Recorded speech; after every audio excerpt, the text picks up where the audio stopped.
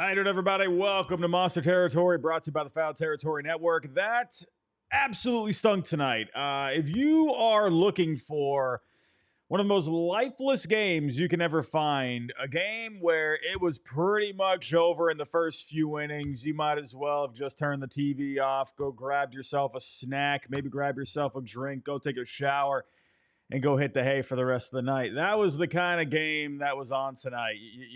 You just knew there wasn't anything there. Honestly, coming into today, I really didn't think there was going to be a game. I had been hearing a lot of people saying that the weather was very bad in Boston, in Massachusetts, all up in the Northeast. There's been a lot of rain in the Northeast. So I was thinking there might not even be a game played tonight. But hey, in the end, they got it in. It is what it is. But just a lifeless game. The Red Sox have now lost 5 out of 6 with tonight's 6-1 loss. Giolito, absolutely terrible tonight. We'll talk about him in just a little bit. They now fall below 500 with a record of 18-19. This was the 20th game with 10 or more strikeouts. The strikeouts continue to pile up. But we're going to go up against Nathan Eovaldi, who has been fantastic so far this year. I'm not surprised about the amount of strikeouts, especially this year with the amount the Red Sox have struck out. Now, 16 losses versus teams under 500. The Red Sox have also under a 500 record against teams under 500. Abysmal. But we do have some updates on first base with Rafi Devers. Alex Cora touched on it a smidge today. I'll give you my thoughts on that. That's going to be the hot conversation for a long time. Who's on first base? That conversation is never going to stop. I think I've seen everyone suggested. I've already given you my thoughts on it. I have a certain opinion how I would like for it to go. I think I might have another opinion, though. I'm not fully sold on it. It's not my favorite idea, but I wonder if it could be realistic. I'll talk about that in just a little bit. We'll talk about Giolito here. We'll break down a terrible performance for him tonight. But before I go any further, got to get to tonight's sponsor, Arena Club. Todd, Father, I want to pull a very expensive card out of a pack. Very difficult to do and very expensive. I can't pay for it, okay? How could I acquire that card? Simple. Instead of driving somewhere, you go on Arena Club, go get you a slab pack, and you'll have some of the best cards you're ever going to see. Some one-of-ones, some cards that you want to have and you can't get out of your home. Go right online, check out Arena Club. Yeah, I cannot recommend it enough. And every time you rip a slab pack, Arena Club will make you an instant offer for your card based on its market value. That's right. No guessing, no waiting. Instant offer for the estimated fair market value. You can accept it on the spot. You can use that cash for another slab pack, or you can buy, sell, trade. This platform has it all for the collectors out there. And right now, you can get 20% off your first slab pack or card purchase by going to arenaclub.com/foul and use code FOUL. That's arenaclub.com/foul, code FOUL for 20% off your first purchase. All right, check that out. Arena Club, use the code FOUL. If you're into the card collecting game, you absolutely want to take advantage of Arena Club. They got some great deals going on over there. Let's get to this, shall we? Is this the worst loss of the season? Well, you take a look at a couple of losses this year. You had one against the White Sox. What was it, 11-1? I mean, that was absolutely terrible. You've had a couple of, blown late games, right, recently as well against the Twins and the Blue Jays. But this one, it was different in a way where it wasn't necessarily heartbreaking. It was one of those games where if I bought a ticket to this game, if I paid let's say, $60, $100 to go sit in the grandstands or however much it cost tonight, I would have left as a very dissatisfied customer, to be honest with you. It was just from the start. I mean, obviously you can't guarantee a win, anytime you buy a ticket to a game, but just, you had really nothing. This is a really root for tonight. Like I said at the beginning of the show, it really just felt lifeless. I keep using that word over and over again, but you just felt like this one was pretty much over from the get-go. I mean, when they even said they were playing this game tonight, I didn't feel good about it. I just didn't feel good about it. There's something in the air with me. It just felt like one of those nights. I don't know. And Austin, you are right. It is May, but how long are we going to keep having that conversation, right? Trust me, I've been the first person to say it's early, everybody. It's early. Let's relax. But I'm not necessarily concerned about the wins and the losses. I'm more kind of thinking like, okay, what's the direction here? Like, what are we doing? Trust me, I know. Astros last year, they turned their season around. The Mets at one point were 10 games under 500. They made it to the NLCS. Nationals winning the World Series in 2019. Marlins in 2003 after starting 19-31. Trust me, I know all about the slow starts. I love those teams that were able to overcome those odds. But it's more, I'm not frustrated necessarily with the standings. It's more, I just want to start seeing a bit of a direction. That's kind of where I'm at. I understand what you're saying, though, Austin. I understand what you're saying. And Dr. Ducky Tie, I do want to acknowledge you in the chat here. Thanks for everything you do. Keeps the season bearable when it's going like this. And hey, every season you're going to have tough losses. It's going to be frustrating. It is what it is, right? But at the end of the day, I love coming on here and talking to all your friendly folks. And you are right, Austin. That is a great way to put it right there. Need an identity. And need to put the best players on this team. Time to break some hearts. I agree. That's kind of where I'm at, right? What's the direction, right? What is the makeup, right? Are we just going to be this team that's kind of like just fiddling around with 500 for the rest of the year? I don't think it's going to end up being that way, but I'm kind of waiting for roles to be established a little bit more. First base, obviously, what's going on there. Have we fully found the sweet spot when it comes to the lineup? Have we found, like that right energy of a team? Go back to the 2003, the Cowboy Up Red Sox, right? 2004, the Idiots. 2013, the Beards. 2018, they just kick the crap out of you every single night. What is this team? What are they, right? What kind of a mentality are they going to have? At the end of the day, we all love a little bit of entertainment. What is the storyline of this team? What is the feeling? What is the makeup? What is the mojo of this team? Because at the end of the day, you look back and there's always not always, but there's a way to describe a team when you describe a team, 20 years from now. Oh man, remember the Cowboy Up Red Sox in 2003? Remember the Beards in 2013? You know what I mean? Like it's those teams just had something about them. They had a certain mojo, and I'm not sure what this team is. And you never know. Remember, hey, go back to 2004, the whole idiot thing, that didn't really come around until, second half of the year. So sometimes you don't find your mojo right away. You don't find that identity right away. It takes a little time, and I'm okay with that. I want to start getting going a little bit, though. Giolito, let's talk about him here. Let's talk about him. Sharing the screen.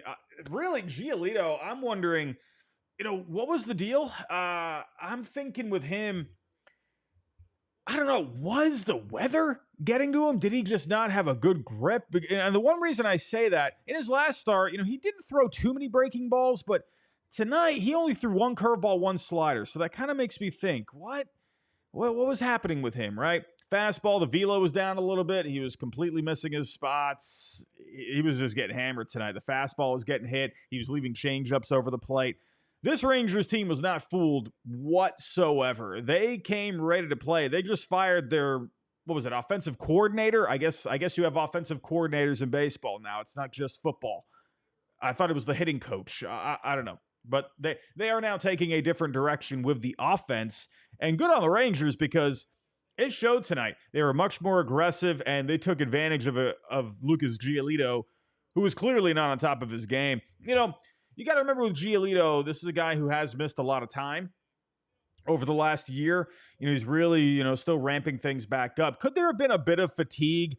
Go back to that last start. There was a lot of adrenaline, I think, probably going into that. He hadn't started a major league game in a while. He wanted to perform. It was his first start with the Red Sox. So there was probably a little bit of adrenaline in that game. Tonight, though, a rainy night. Not, what was the temperature tonight? What was it, in the 50s? So it probably didn't feel all that great out there.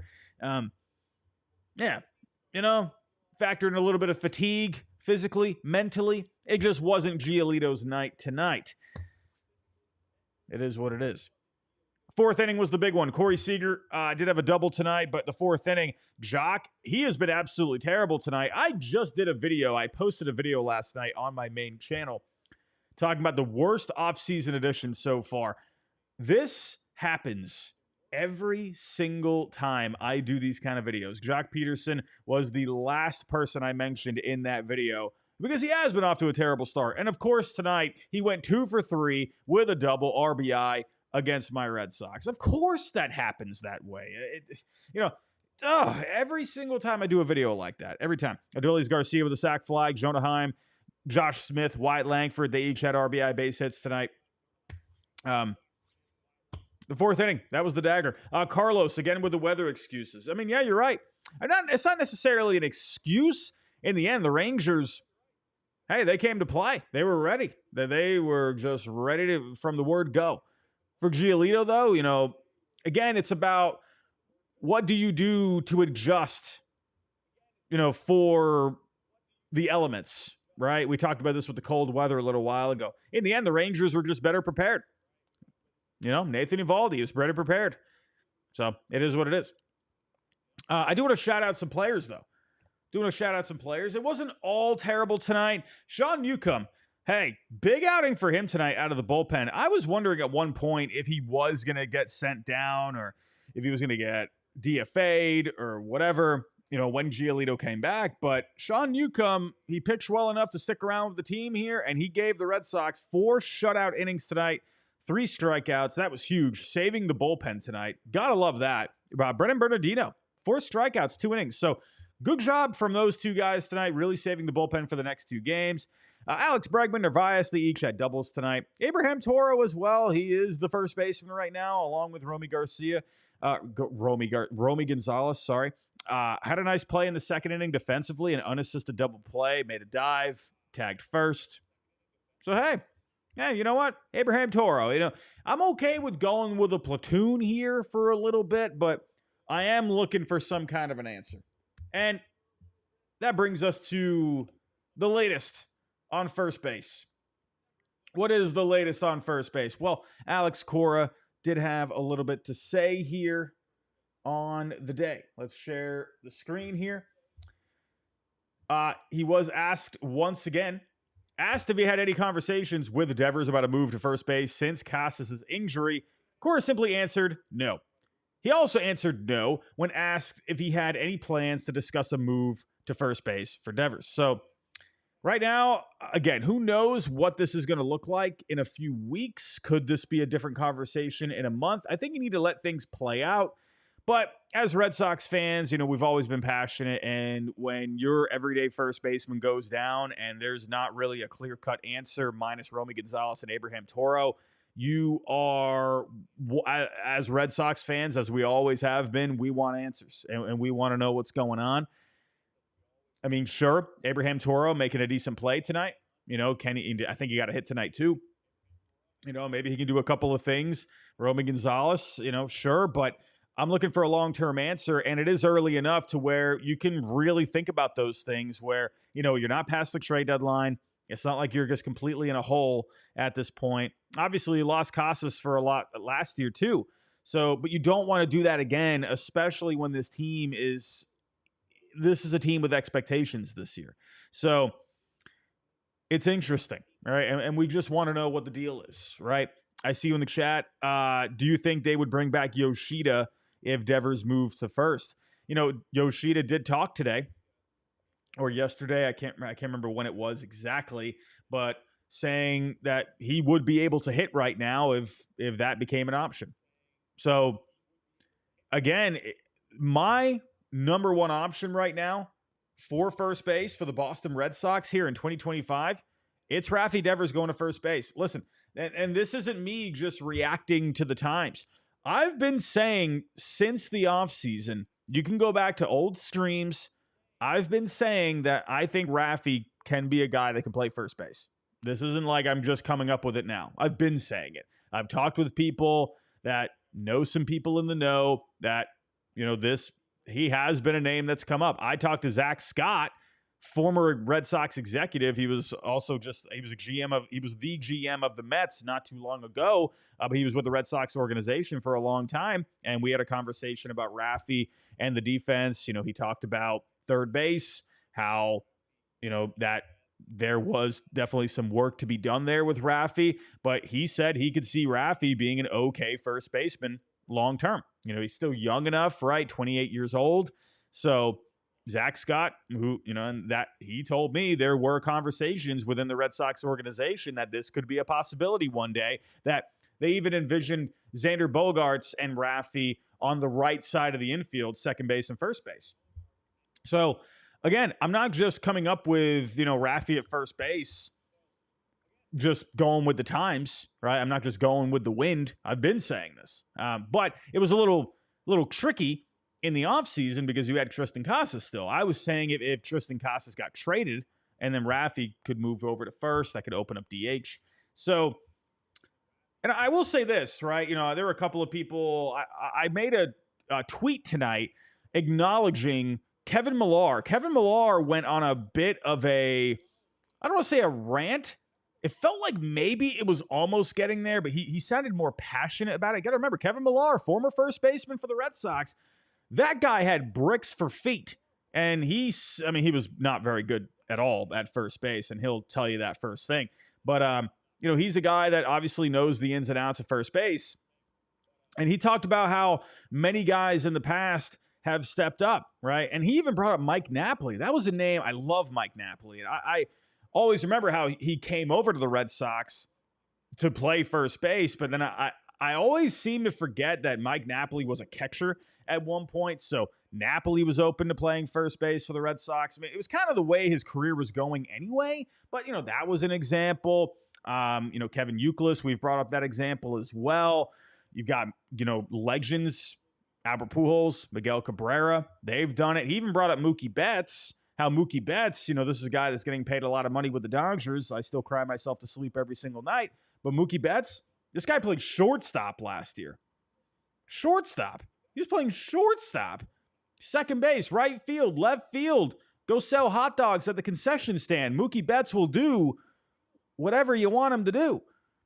So for me, yes, I appreciated that Kevin Millar was saying that, right? For, it's good for guys to step up, Now, for Rafi, it is a bit of a different situation, and I do understand that. You had the whole thing at third base. To me, I was saying it, going into the offseason. I made a prediction that the Red Sox were going to get a new third baseman and Rafi would move off, because the Red Sox, the one thing you needed to do to improve this team, and I know you're not fully seeing the improvements right now, but one thing that needed to be addressed was the defense at third base. It was not good. I get it. Rafi, that's your guy. You're paying him the most money. He wasn't very happy. After, I don't think he was unhappy with Bregman coming in necessarily. I think it was more so that it seemed to be a bit of a communication issue. So that's what I think was again, you can't really talk with Rafi about it. I don't know. Maybe there's a way to do it. If there is a way, it's going to be awkward nonetheless. Let's say before Bregman, you talk to Rafi, hey, we're looking at Bregman. We're looking at Arenado. We're looking at the third base market. Do you go to Rafi and say, hey, would you be okay with us going out and getting a third baseman? We feel like we need to improve there. Let's say you don't get one of those guys. And then you're kind of in an awkward spot again, where Rafi now knows that, okay, well, they wanted to go get a new third baseman. They didn't get one, and I'm at third, so I know they don't like me playing third base. But then again, different strokes for different folks. Maybe if that scenario ended up playing out, maybe that could have been some motivation for Rafi, because the numbers have not been good with him over the last few years. He's been statistically the worst third baseman for a while now. He is not, sure, he made a couple of improvements last year, but nothing crazy. So I don't know. I totally understand that part where maybe you could talk to him about it, but then again, it's sort of like, what happens if you don't end up following through with your plans? And then it's still awkward. I don't know. I do wonder if there was a way to maybe sit down and have some kind of a conversation. Who knows? It is what it is. It's over now. A part of me thinks there could have been some kind of a conversation, but then also a part of me thinks, well, I get also how that can make things weird at the same time. And it is what it is. For me personally, I think Rafi is the clearest option at first base. And again, I'm not just going with the wind. Been thinking it, right? I think he would move better at first base than he did at third. I think the arm is fine. That'll handle all the throws at first base, cutoffs, double plays, whatever it may be. I think he would be fine there. He wants to play in the field. You know, if he wants to play in the field enough, then okay, first base. But then I could also maybe see it from a point of view where Rafi, I don't know, maybe I'll play a little devil's advocate here, because you got to think from Rafi, ego is a thing. It is, unfortunately. I'm always a big drop the ego guy. But then you could also look at it from a point where, okay, if he does play first base, I mean, does he think that makes him look a little silly? Oh, okay, well, I mean, I wasn't good enough to play third. Well, okay, now you want to play first? You know, so it's like, I wonder if he looks at it as like a demotion. No, I don't. But does he? And does that bother him? I don't know. I'm not sure. But you could look at it from that point of view. But to me, in the end, I think self-awareness is the biggest thing. And the numbers don't lie. Facts are loud, but numbers are louder. And when you look at the numbers with Rafi, when you look at the eye test, when you looked at the tape, when you looked at the film, he was not getting it done at third base. It was not going well. And so to me, if I was in that situation, I don't know, like I feel like, I mean, I don't know Rafi. I don't know Rafael Devers personally. If that were me, I feel like I would know if I wasn't good at a position.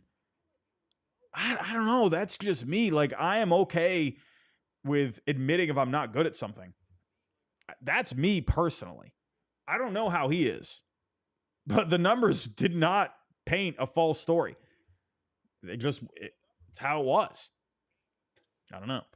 But to me, I've always been a team guy, but at the same time, I also understand you do want to preserve the mental part of it too. And that's where I think Alex Cora is coming from here. He's protecting the person.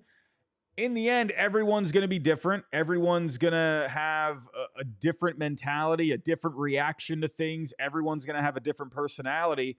So maybe Alex Cora feels like, hey, we moved him to DH. I mean, he's already talked about this. You know, we moved him there. That I told you was my DH. That's that. So really, the only way I could see this happening is if Rafi himself steps up and does it. And a part of me wants him to.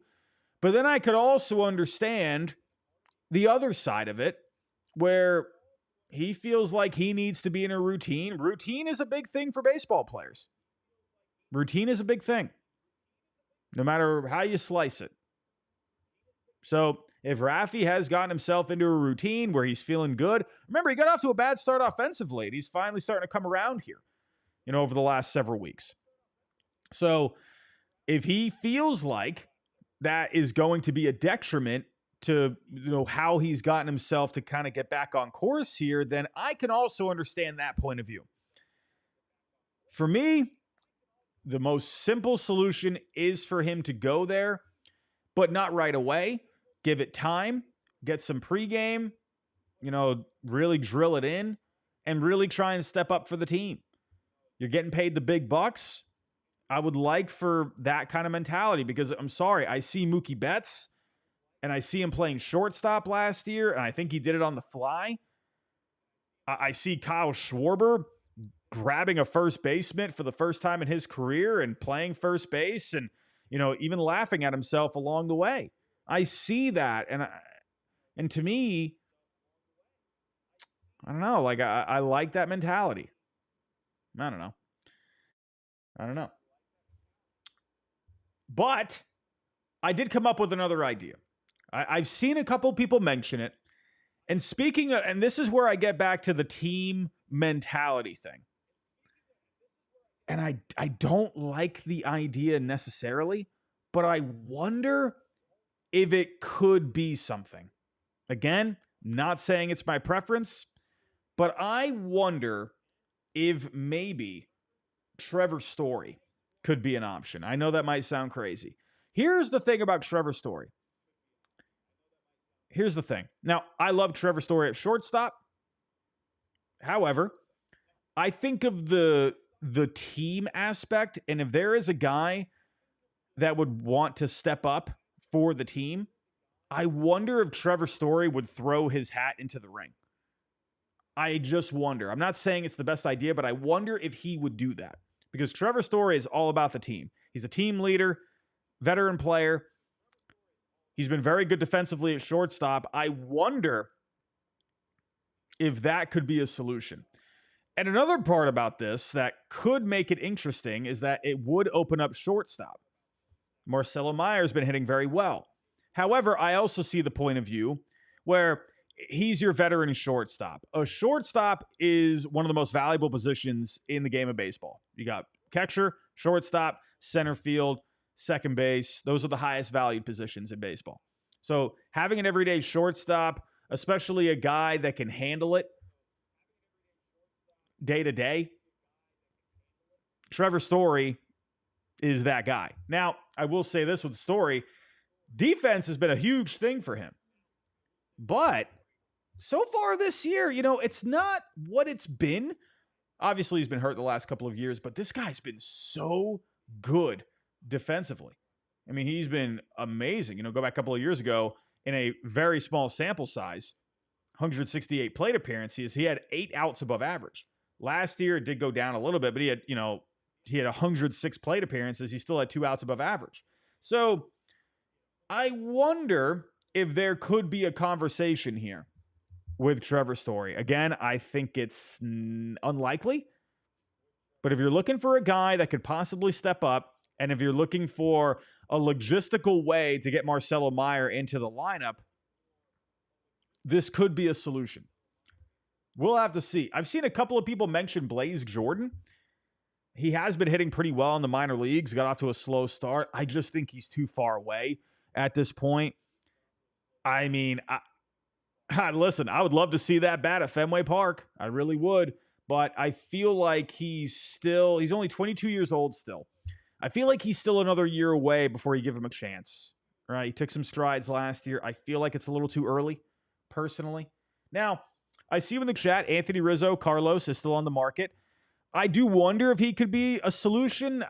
I think there's variables that come into play there. What's the money look like? What is, what is going on with him right now? How's he doing? Is he ready to go? I don't know. What's the bat going to look like? Could you give him a minor league deal? Give him a month and maybe try it out. I wonder if that could be a possibility. If there are some trade candidates, right now, I don't think there's going to be a lot because you're still waiting for more separation in the standings. You're not really looking right now for trades. This is still an evaluation period for teams. So you're looking at June at the earliest. But if there could maybe be some possibilities, maybe someone like Alec Burleson on the Cardinals. He's not off to a great start this year, but he's a lefty bat, plays first base. He can play corner outfield. Or he can play left field. Maybe he could be an option. Josh Bell, he's off to a terrible start this year, but he is a veteran guy. He's a switch hitter. Maybe he could be an option. I don't think the Nationals would trade Nathaniel Lowe. He is off to a solid start this year, but they just traded for him, and he's under control through next year too, and I think the Nationals are looking to compete. So I don't think they're going to get rid of him. And there's a couple of other guys where I thought, okay, maybe there could be something like Eric Wagaman on the Marlins, like Matt Gorski on the Pirates. But I don't know. Like they're not really going to be, breaking down any walls by any means. But there's not really a whole lot out there. I wonder if Burleson could become an option. He's under a lot of team control, though. He's not a free agent until after the 2028 season. So I don't know. I don't know about that. There's not a lot of options on the trade market. But getting back to Anthony Rizzo, I do wonder if that could be a solution. Nick What about Campbell? Meyer to second. Here's the thing about Christian Campbell. I'm not a big fan of Campbell playing first base, and here's why. You might be thinking, Robbie, well why Trevor Story at first base and not Campbell? Well, here's the thing about Campbell. He's also a young player in his rookie season. Yes, he's been playing multiple positions, but I'm not a big fan of Christian Campbell playing first base because there's a lot of athleticism there. And I think I would rather him be at second base for the most part for him to develop there. You got to remember, there's development here. That's a big thing. Teams, yes, they want to win, but they want to develop players too. You got this guy for the next 10 years. Yes, he's cheap, but you want him to reach his full potential. I think throwing him at first base right now would be the irresponsible thing to do with him. I think you'd be all over it. I think if they asked him to do it, he'd be like, yeah, give me a first baseman. I think you would be absolutely he would. He's Christian Campbell. If you're looking for a team player, holy cow, that's your guy. Like, he would absolutely do it. I don't think the Red Sox would want him to do it. That's why I just wonder, again, could Trevor Story be the guy? Again, I know it might not be the best option, and it's not my preferred option, but he has a good glove. If there were ever a guy to maybe test out first base, I sound crazy probably. I feel like I sound like a nutcase over here. I'm trying to justify something. I know I probably sound like a psycho, but Trevor Story, if there was a guy that would be willing to try something out, he's had a good glove at shortstop in the past. Now, the thing about shortstops, the reason shortstops get drafted so much is because they can usually play most other positions because they're very athletic. A shortstop can play second for the most part. They can usually play third. They have usually good enough range to play in the outfield, right? You saw Jackson Merrill last year, shortstop, moved out to center field. I don't know, first base though? I don't know. I mean, Trevor Story, he's not exactly short. He's 6'1", and he's not like, the most amazing first base height, but, he's not Dustin Pedroia out there. I wonder if he could be a guy. Probably not. I'd give this like a 5%, 10% chance. But he is a team guy. I could see him stepping up possibly. I do think Rafael Devers is the best option. Maybe give it some time. We'll see. Cora is absolutely saying no to it. I understand, there's different aspects that come into play. When it comes to the mental part of it, when it comes to the preparation part of it, the routine part of it, I can understand if they want Rafi to just stay at DH for the year, and maybe you could revisit it in the offseason. We'll see. But everybody, that's all I got for tonight. I don't want to keep you here too long. I didn't think I was going to be here that long tonight after just such a lame loss here. Such a lame loss. But everybody, I'm out of here. Go get yourself a good rest of your night. We'll be back here for game 2. You know what? Actually, let me just show you the game 2 matchup really quick. We got Tanner Houck back on the bump tomorrow. Tyler Mahle, he's off to a great start this year, 1.19 ERA. Tanner Houck did look a lot better his last time out against the Blue Jays. He did get bumped around a little bit by the Rangers in his first start of the year. Rangers offense, they seem to be ignited here. Let's see how this goes. There is a lot of experience on both sides, and like I just said, the Rangers saw Tanner Houck earlier this year. I don't know if I like the matchup very much with Tanner Houck. Adolis Garcia has a couple of home runs against him at Fenway Park, that right-handed bat. I don't know if I like that too much. Jonah Heim, he's got 3 home runs against him. He got an RBI base hit tonight. So I don't know. A couple of matchups scare me here. Bregman has seen Tyler Mahle a lot, so let's see. Trevor Story has seen him a lot as well, but not a lot of good results against him, only hitting 125 against him with 16 ABs. So we'll see how this goes. But game 2 tomorrow, at least you're going to have a fresh bullpen for the most part. So that is that. Hopefully they come out swinging tomorrow. Swinging at good pitches and not just swinging and missing. Let's swinging and hitting. How about that? That's what we need. Everybody go enjoy the rest of your night, and I'll talk to you next time.